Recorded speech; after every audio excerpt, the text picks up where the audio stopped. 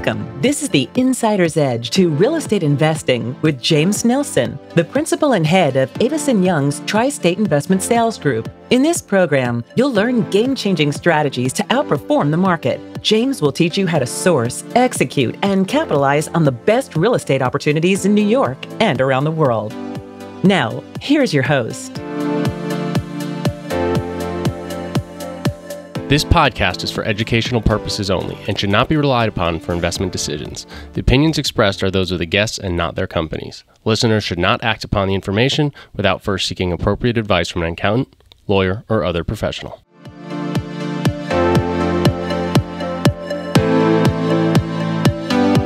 Welcome to episode number 187 of the Insider's Edge to Real Estate Investing. This is your host, James Nelson. Thank you, as always, for joining. Very excited to start doing these shows in our new studio here at our offices at 530 Fifth Avenue. If you'd like to see these interviews, you can find them on YouTube, where we have our YouTube channel, so please make sure and subscribe to that. Links in the bio. Okay, for today, we've got a wonderful guest, Paula Carethers. You're going to learn all about city development and leading teams in this conversation. Paula is the Director for Real Estate for the Archdiocese of New York, and she is responsible for strategy and oversight of properties for its nearly 300 parishes. And what I really love about this episode is she talks about partnering and really supporting the parishes, which I think is very important. She's held leadership roles in large-scale projects, including the master planning for Ford's Motor Company's restoration of Michigan Central Station in Detroit and approvals for redevelopment of the historic Domino Sugar property, Williamsburg, Brooklyn, while she was at the New York City's EDC. So again, having both public and private and not-for-profit experience, which is an incredible combo. You're going to hear about the advantages of networking with alumni and home-time connections and how you can help grow and learn in your career. Paula talks about shifting from government to private and not-for-profit organizations and the importance of understanding culture and tapping into everyone's talents. As always, if you go to jamesnelson.com, that's where you can find show notes and how to connect with Paula. Thank you again, and we'll have a brief word from our sponsor. A different approach to putting our clients first. Avison Young's Tri-State Investment Sales Group sells multifamily, office, retail, development, and specialty sales throughout the New York metro area. As experienced thought leaders in their industry, our 35-member group is available to help you make informed investment decisions by advising you on your current holdings or identifying new opportunities in the marketplace. Our one unified team is built on an industry-unique platform which promotes unparalleled collaboration and teamwork. We share core values of hard work, integrity, and expertise. We put our clients first, providing tailor-made strategies to achieve superior results. Please visit us at aytristateinvestmentsales.com and follow us on Twitter, LinkedIn, and Instagram at JamesNelsonNYC to learn more.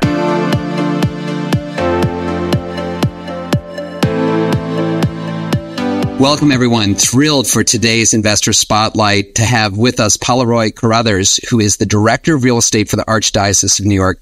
Paula, thank you so much for joining us today. Thanks for having me, James. So, Paula, for our audience, and we've known each other for a while now, but maybe tell the audience a little bit about your role and what your typical day-to-day looks like. Sure. So, I am the Director of Real Estate for the Archdiocese of New York, which means that His Eminence Cardinal Dolan entrusts me with sort of helping all of our parishes think about how they can best utilize their properties. So that is everything that the parish owns. It can be a church, a parking lot, a convent. Usually we might have like ball fields, and it ranges essentially from, we have 3 boroughs in New York City, Staten Island, Manhattan, and the Bronx, and then 7 counties going north to about Albany. So there's a huge range, a vast range of properties within that portfolio. And we help the parishes think about what to do with their properties. So, usually it's them operating them, and obviously maintaining old buildings can be a challenge in itself.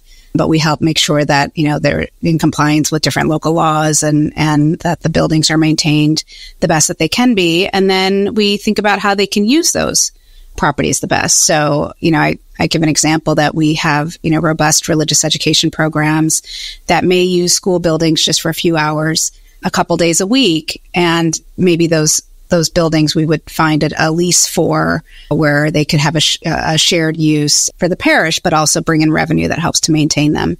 And then, of course, if properties are no longer in use, then we look at other opportunities for them. That's wonderful. And I have to say, I've been doing this for 25 years, and very early on in my career had the privilege to represent and work with the Archdiocese. And it is a true pleasure to have such an incredible group. And I know we're going to talk about that a little bit later in your story and this incredible team that you have there. But what I can say is that a lot of not-for-profit work and religious organizations might not have a centralized real estate department that they can really tap into. It makes a huge difference. And because I think there's certainly a lot of, whether you're not-for-profit, religious organization, again, you want really to focus on mission critical and to do the great work that you're doing, as opposed to, worrying about the real estate. And so just, having that centralized resource is a huge benefit to allow the Archdiocese to do all the incredible work that they do. So, okay, so let's go back to your story, because you started and you went from Michigan State to University of Michigan. Yes. I say rivals. I don't know how that works, but I think you had a background originally. Was it in environmental sciences? Right. And then you went into urban planning. So maybe talk a little bit. I mean, were you interested in that growing up? Yeah. It's a great question.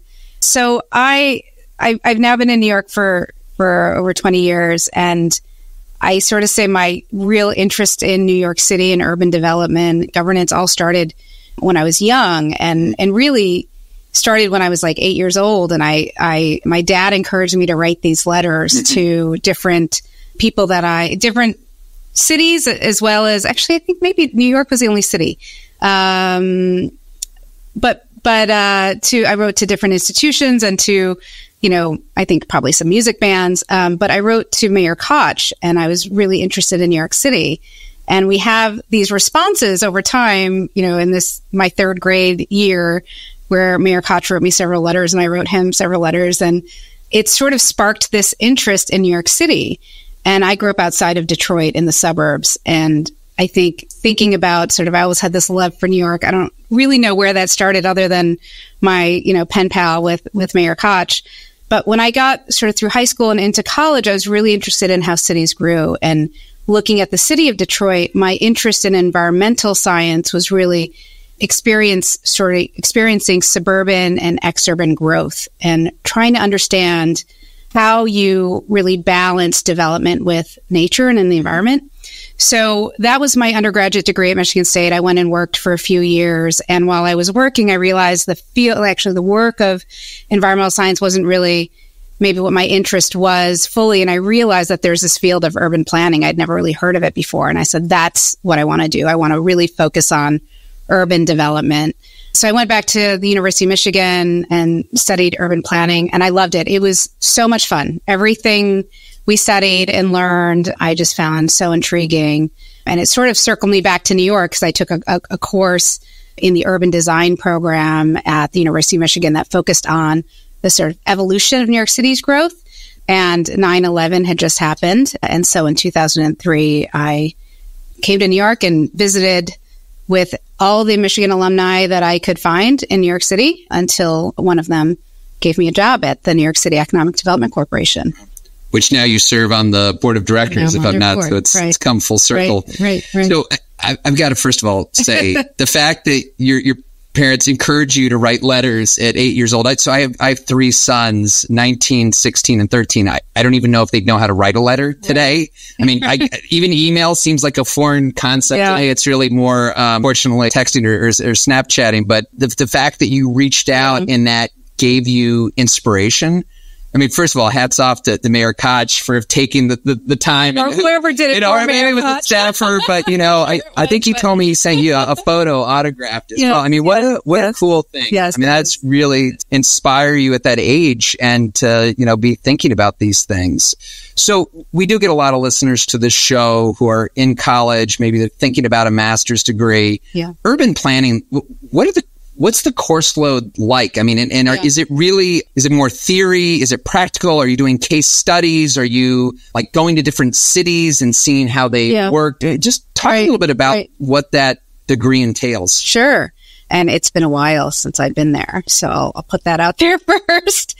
But, I think there's a lot of different kinds of programs that you can tailor to what what your interest is. So I went to the University of Michigan, and which I think in the range of programs that I looked at was maybe one that was a little bit more theoretical at the time, really focused on learning the principles of how cities grow and all of the different factors around development, economic development, housing, environmental issues. There was a wide range of factors there.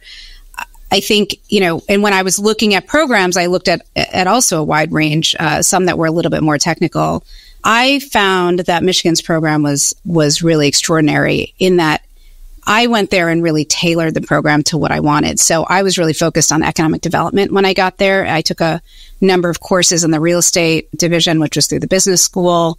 I did an AmeriCorps volunteering internship for a year where I worked both while I was in school and over the summers through AmeriCorps in the city of Detroit. And so it was a bit of sort of learning the fundamentals, reading books like Jane Jacobs' book and The Power Broker and all of the other, planning books that I'm forgetting right now about different cities and neighborhoods. The Power Broker alone I remember, and I still have it in 2 volumes. Not that, it's one book, but I literally had the paperback, and this is probably sacrilege, but I cut it in half because it's 1,000+ pages. So to try to travel with it is a little unwieldy, but I mean. Yes, I've taken that on beach vacations, and it's a heavy one in your beach bag. Yes.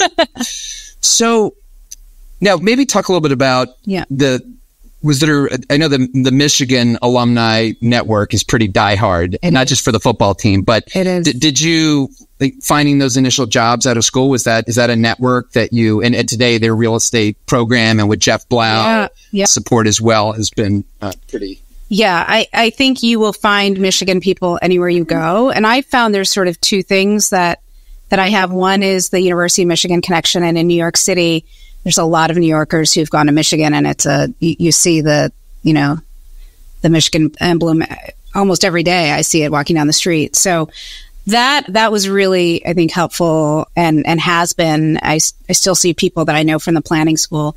The other thing that I have is my background from being from Detroit. And there's also really incredible Detroiters who are, I'd say, all over the world, but a lot of us in New York and all over the country. And, for many decades, I think, Detroit unfortunately lost a lot of the sort of intellectual talent. People went to University of Michigan or other universities and then left.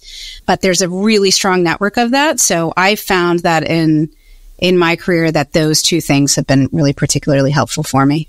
So after coming to New York to spend time at the EDC, then, if I'm not mistaken, you come back to Detroit to work at Ford. So talk about kind of having that government experience going from public to private. How did that prepare you? And I know that's kind of been a theme throughout your career. Yeah. You've done a lot of work on both sides. Yeah, I have. And, I throughout my career, I've actually moved around quite a bit. And I've been really lucky to have tremendous opportunities that have come up. And with every transition, I feel like I've been able to grow and learn a lot of new things. I've sort of, rather than following the traditional path of sort of working up in an organization, I've sort of been able to jump into leadership roles in different places, which also means having to sort of understand how places work.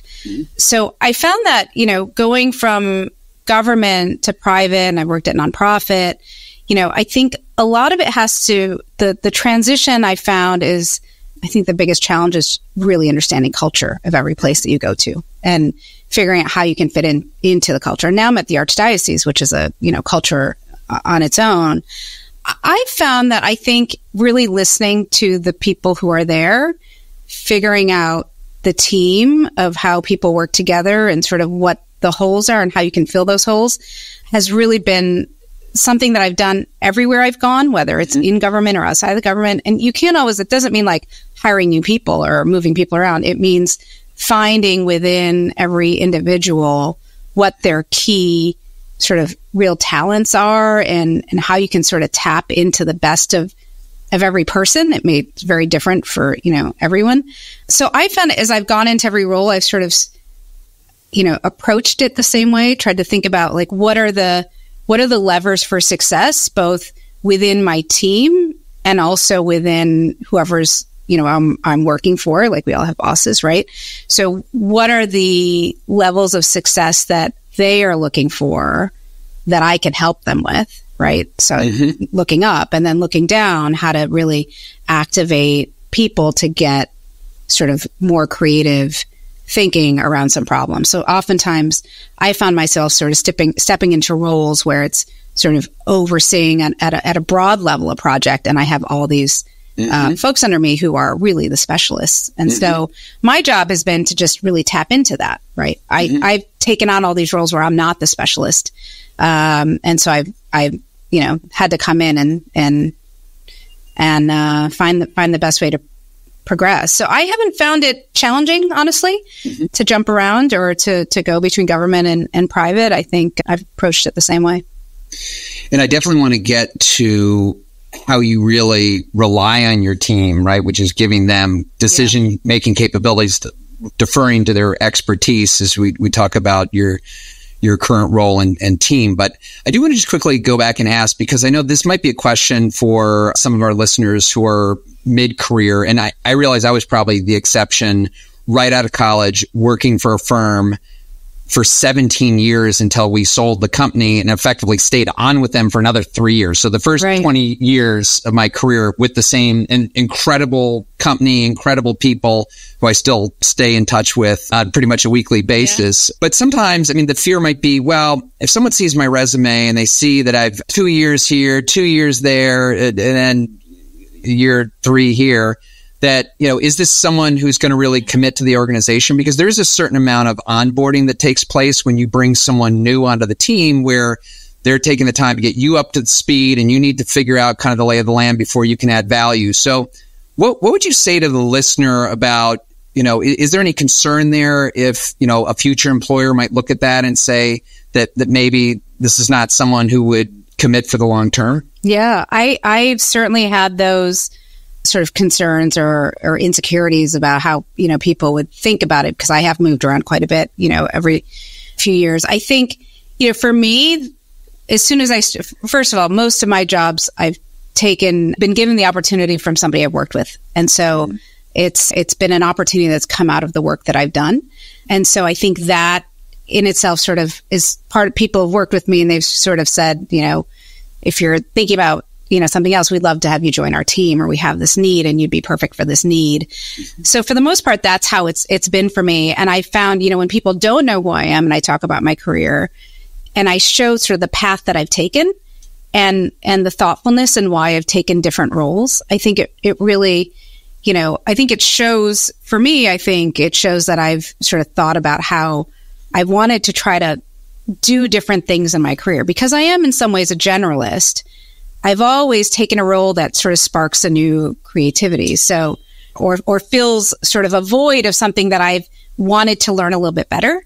So when I was my first job at EDC and I was working on Brooklyn Bridge Park, and we were trying to figure out the financial mechanism for maintaining the park based on real estate, which at the time was still a question whether there would be any real estate, residential or commercial built on the, and I had to rely on other people to run the numbers for me and then interpret those numbers. And at some point that got a little frustrating for me. So when I thought about leaving, I went to work on a development project on the Domino Sugar project and really was hired in to sort of get through the entitlements process. They thought, I remember saying to them, we said it'd be about a year and then we'll move into development. It actually took 4 years, I think, to get through the entitlements process. So it was longer than I thought, but my plan going in there was I really wanted to learn sort of underwriting and understand the development process, because that was something that I was frustrated that I didn't know well enough. And I found that every time I've switched careers or switched into a new role, it's in part really a great opportunity that's come my way, but also something new that I haven't done before. Mm-hmm. And I think the key also is that it seems like you're pretty open with your employer and plans, and many times they were helpful maybe in your next transition. And, this has probably only happened on our team maybe a handful of times or less, where it's usually someone who's, 2 years in and they take a vacation and then they come back and say, I'm giving you 2 weeks notice, right? My 2 weeks notice. Right. And I try to be really nice, and because I always want to be helpful. But, and this was really what I learned from Paul Massey as well. It's when you're an inflection point in your career and you're thinking about doing something new, going to your current employer, your manager, and to say, look, I'm thinking about doing something new. And, what do you think about this? And I think, I hate to say like this generation, but, the fear is, did this person think that if they walked in and said, hey, James, I think I'm going to the private equity side, that I'm going to just turn right around and fire them on the spot? Whereas, I need to get my vacation in, and then I need to get, look, if you just told me 2 weeks ago, we could have started a search for your replacement. And by the way, I would have helped be a reference for you and help make introductions. So again, I don't want to make it about me, and certainly not sour grapes, but I think the point is that, you did this in the right way. And I would imagine all the people that you've worked with along your career, have been helpful throughout, and you continue to build on this experience. So I want to talk more, if you can. I know there's a lot of confidentiality that, surrounds what Ford is doing in Detroit, but this innovation center at Michigan Central, just reading their press release. I mean, it seems 60 acres that, talk about an opportunity to master plan and, blank slate. So to whatever extent you could say what you work on there. If not, we could talk more about Domino Sugar. That was an amazing project too, but just be curious kind of what that was like to work on. It was great. My experience at Domino really sort of helped prime me for working at Michigan Central. So Ford has done this really incredible job in Detroit. They purchased the old Michigan Central Station, which is an old McKim White building that was built, in the early 20th century and never really reached its full potential because the commercial tower above the train station was never fully utilized before sort of train traffic started declining, especially in Detroit. And the whole shift from trains to cars, passenger train particularly, happened. So that building for most of my upbringing was vacant. And I spent a lot of time, like many other a lot of suburban kids would in the 90s go down and take pictures in that building because it was this massive, big, empty building. When I was an AmeriCorps volunteer in graduate school, I also worked in Mexican Town, which is in Southwest Detroit, right around the train station.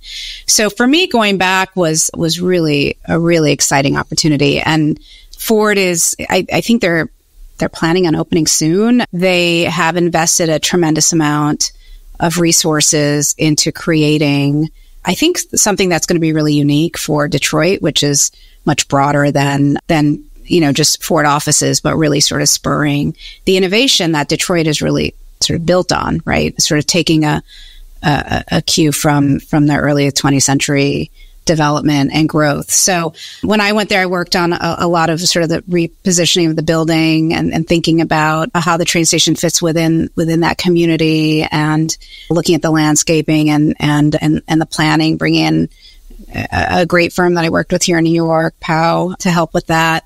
So it's really exciting. I'm so excited to see how it opens up and sort of all of the work that we did comes to fruition. I think, like I said, I've worked on a lot of different projects. The couple that I mentioned, Domino and Brooklyn Bridge Park, I worked on, the post 9/11 rebuilding in Lower Manhattan and rezoning of 125th Street, all these projects that are sort of decades in the making. So it's really exciting even, to see them sort of happen and remember like the little, the fingerprint that so many people have had to make. I think that definitely has to be my favorite part about the job, just having done this for a while. And I'm just sitting here trying to broker it and bring buyer and seller together. Although one of my favorite assignments are when there's an assemblage and you have to put pieces together, and the imagination and how, you work with, city zoning and bonus programs and transfers. It's really, fascinating. And then to see the finished project is really amazing. So, the fact that we work with physical assets. So I now love to talk about your work now and really building a team. And so, and clearly there was a team, a very well established team before you got there. So maybe, talk about kind of when you first came in as director of the group. And so that, yes, there is this, a lot of, work that goes into understanding how you can be most helpful to the parishes and kind of all those relationships.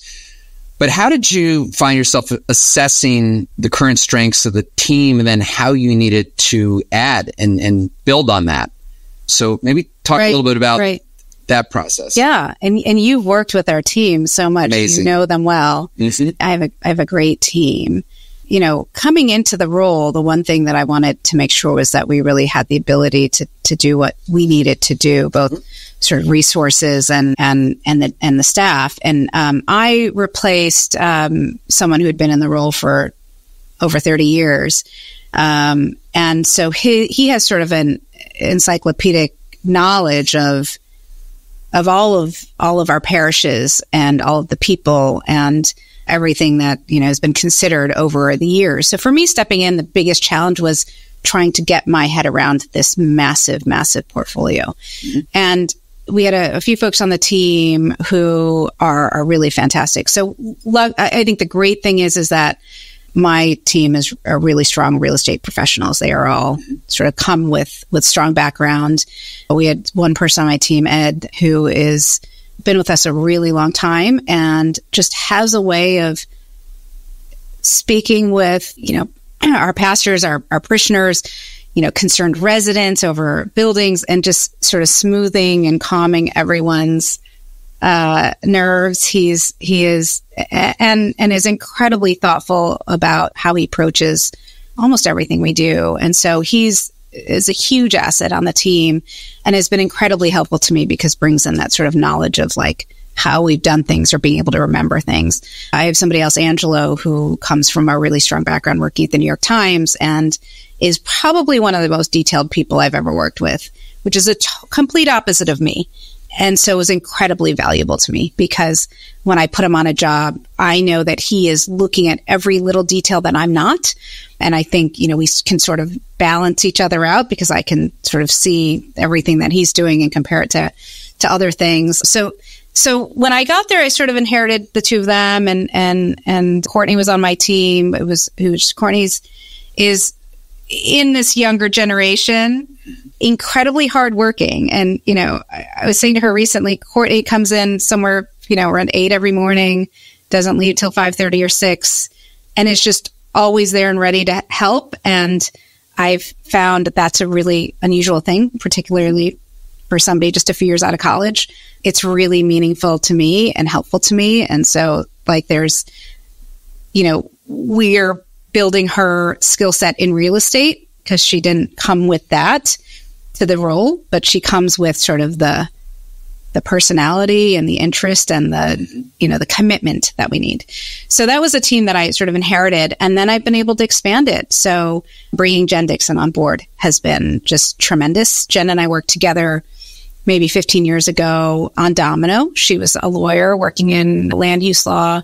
And I would say in our meetings, I'd sort of want to hear what Jennifer had to say. There was the lead, you know, we had a lot of lawyers on the project and they were great, but Jennifer really knew her stuff with zoning. And so when I started looking for people, I called Jennifer and I sort of said to her, I'd love to find somebody like you. And you know, and then we just started talking and she came over and it's a totally different, you know, role, but she has been excellent. And I think just sort of helping to bring an expertise that we hadn't had, but that we really, really need. I mean, for us to do our jobs well, we need to really know, you know, we want to get the most value out of our property and make sure that our parishes who've, you know, maintained these properties for decades and decades get the most value out of them so that they can continue on and that we're making sure that we maintain that legacy of our parishioners. And so, you know, we need to be very smart about understanding what's happening in the city, making sure that we're very tapped in to, you know, policies or, you know, what is city planning, thinking about different neighborhoods. We're constantly tracking, you know, politics and bills and anything that sort of influences us. And so she's been tremendously helpful in that arena. And then I have two more people that I've brought in. One woman who has years of experience working with large retail as a retail broker. And she's just doing an incredible job. I think every single day she's out somewhere in the parish visiting a property in a school and just comes in with a ton of enthusiasm. So anyways, it's a lot of people. I guess I'd sum it up by just saying every single person on my team is different. And I think it is something that I think sort of goes back to when we talk about diversity and inclusion. I always think about, that means so many different things. Mm-hmm. For me, it really is making sure that you have diverse voices and that you are encouraging people who don't always have the space for those voices, whether they're, underrepresented people, whether it's young people new to the career who just don't necessarily have the space sometimes when they're surrounded by, more senior people to sort of say what they think and bring their voice out. So that to me is really important. I think I have a great team that I've built there. They make me look good. So no doubt. And that certainly what was going to be my next question, because I know how important that has been to build that balanced team with different perspectives. And if you even think of your geographic footprint and making sure that you have people on the team that are representative of the communities you serve. And I know that you've really gone a long way to show leadership there. Also, no doubt that you have the insider's edge in that, we talk a lot about in the book about specialization. This is a business that requires specialization. So the fact that Jen, one of the top land use attorneys, or Meredith, and what she's done on the leasing front, and having that really specific knowledge is really how you unlock value. We talk about how important, and you're a not-for-profit clearly, but you need to think of real estate, I would imagine, as a for-profit, because you have a fiduciary. If you do get a piece of real estate back and you're looking to dispose, I'm sure the first thing that you're looking at is what's the highest and best use. And that's, when we've worked on assignments with you all, and it might be taking an old convent and converting it to an ultra high-end, single family with a gallery in Soho. That was a real transaction that we did. So again, thinking about different ways and all the creativity with air rights. And again, I know a lot of this is confidential. I know, but I know one case, there was some air rights that might have been transferred around Midtown as well. So, these are really complicated transactions, right? So you want to have that expertise. We absolutely owe it to our parishes to have the expertise. Mm-hmm. I think that's, you started off by saying that, the Archdiocese basically is providing some of this sort of expertise and support for all of these parishes. I do think we are in the most sophisticated real estate market in the country. And we own, property that we built through donated funds and that people have maintained, put a lot of money into over the years. And so when we get to the point in time when the property is no longer needed by the parish to maintain their mission, it's important for us to get the most value out of that. And, and that can be, it's not always just the highest value. We have a ton of properties where we have leases with nonprofit groups, with services. We build affordable housing through New York Catholic Homes. And we have quite a few sort of supportive housing properties, either through Catholic Charities or independent third-party groups that we lease to. So there's quite a range of what we do with our buildings. It's everything from, leasing it out to a nonprofit shelter. We have a lot of those, to selling it for market rate housing. Mm-hmm. And there's a quite a range in there. And it's important that my team really, we take it very seriously, our responsibility. Well, look, I want to pay you a huge compliment, because I've certainly learned a lot from your leadership style. And what really, we talked about this before, the word that came out was your pride, right? For your team. And it really, you can sense it, you can feel it. And I think for some people, they might have an idea of leadership as, I'm just going to delegate and, let's get the team working as hard as possible. And look, hard work is part of it. Let's not, throw that out the window. But, having that reliance on your team is essential, because if the team feels like you're just questioning, their decisions, right? The fact that you rely on your team, I mean, that is really, you're firing on all cylinders. And I think, and along with that, yes, there's going to be mistakes. I'm sure there's been things that have happened along the way where maybe you would have done something differently. Right. But then, so I don't know if you could share on that thought process, but I would imagine, giving the team the freedom to make decisions and the confidence ultimately in the long term is going to serve everyone a lot better. I think it's a hard thing, as you grow to not micromanage on projects, on transactions. I often say that people tend to want to get engaged in things that they know well and know how to do well. And then we stay away from things that are a little bit more difficult, I think, just generally. Right. And so I try to keep that in mind. I see myself doing that, sort of slipping into things that I enjoy and like doing. And I think it's important to obviously, think about this broader and to tap people in what's best for them. I mean, we, in my work currently, like you said, we represent our parishes in a number of different ways. We have very sophisticated air rights transactions that we're doing, and it is a wide range. There are, some development that we're doing, and it's a lot of different skill sets. And we are lucky. We rely on, I think in some ways we're lucky because we have we do so much work, sort of broad range, that, we get to work with people like you and others who, on a repeat basis, where we're able to really build those relationships and ties into the community. We have great, the best zoning consultants working with us and helping us figure things out. That has been a real gift. I don't think a lot of nonprofits get that. I think, some of, smaller churches don't have that ability to bring on real experts to help them.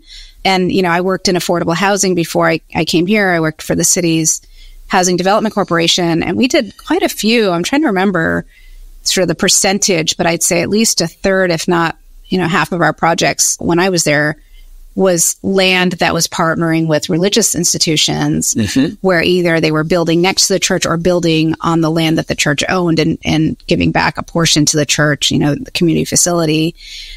Nowadays when development is so tight and so frankly, land is scarce, finding properties like these religious institutions that are asset rich, but really cash poor, and finding ways to work with them, I think, from a development standpoint is a real challenge. And some people have figured it out. I think, for religious groups, it can be hard because there's a lot of interest coming. We get a lot of people try to circumvent. Luckily, I think, all of our parishes, our pastors know when they get interest, they pass it on to us.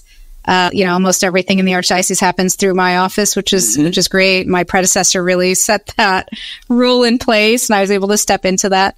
But other places don't necessarily have that benefit.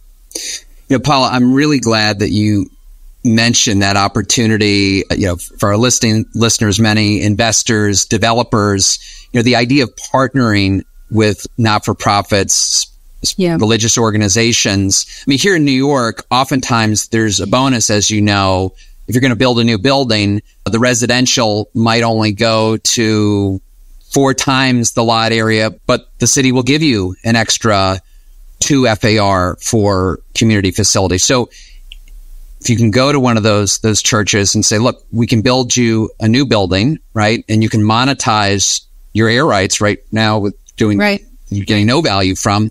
And in turn, we can deliver you a new turnkey church. And we've done that transaction several times now. Right. And it's really a win-win. So I'm really glad that you mentioned that. And now, just as we start to wrap up, I wanted to talk about, and I think we were discussing before about your work with the city and with Dan Doctoroff. Yeah. And I'd love if you could kind of share with the audience about your experience there. But, I think that the benefit of not only the way that you are working with your team and your reliance on them allows you to have that big picture thinking, right? And to push the bounds. And disclaimer to the audience, I'm right now reading 10X is easier than 2X, which is really kind of mind blowing. But that whole idea that if you can rely on the team to kind of a lot of that block and tackling and decision making, so you can kind of think on that big picture opportunity. Maybe tell us a little bit about your work with Dan Doctoroff. Yeah, I mean, Dan is just really such a incredible human. I was incredibly lucky. My first role here in New York City was at the New York City Economic Development Corporation. And right after 9/11, so I was working, Dan was the deputy mayor under Bloomberg. And, he just exemplified sort of the type of leadership that I think had never experienced before. In many ways, just his creativity and his sort of, Dan is constantly sort of thinking big and pushing the envelope to think about things in ways that others weren't, to sort of push yourself to explore what may seem impossible, but was really sort of, there were so many things that I remember Dan saying that I was like, how do you do that? Like that doesn't make any sense. And then you sort of sit and think about it, and we would figure out how to, maybe not me, but others, we would, people would figure out ways to sort of get to that direction. And, in my job since then, I feel so lucky to have been in that sort of early Bloomberg administration, and the people that sort of embodied that sort of thinking that Dan had, but also really believed and cared about New York City. And being part of that team for me was really sort of transformational. I mean, I started off with this love of New York, and then I came here and got to work in the city and work in all 5 boroughs. And it was really, I would say, incredibly influential to me, but it also has influenced every decision I've made. And I found myself going into new roles and sort of, thinking about the people that I'm working for, and do they hit that sort of inspirational level, and, now working at the Archdiocese and working for Cardinal Dolan, I sort of, feel that same way. He is a really extraordinary person and leader for the Catholic Church. And so it is something that I've sort of wanted to follow, but I think it's also my sort of curiosity and interest and sort of trying to look at things in different ways is all stemmed from those early days and what I learned being in that administration. Well, Paul, this has really been wonderful, and so appreciate your coming in and sharing your experience. And I know our listeners are going to get a tremendous amount of value. So thank you again for having this conversation. Thanks, James. I appreciate it very much. Wonderful. And thank you all for joining as always. And you know what to do now. If you didn't enjoy this episode, I don't know, what else we can possibly do here. But in all seriousness, please share the episode if you like it. It's a great way to help others. That's what we're here to do. And so until next week, this is your host, James Nelson. Thanks again. Thank you for listening to the Insider's Edge to Real Estate Investing.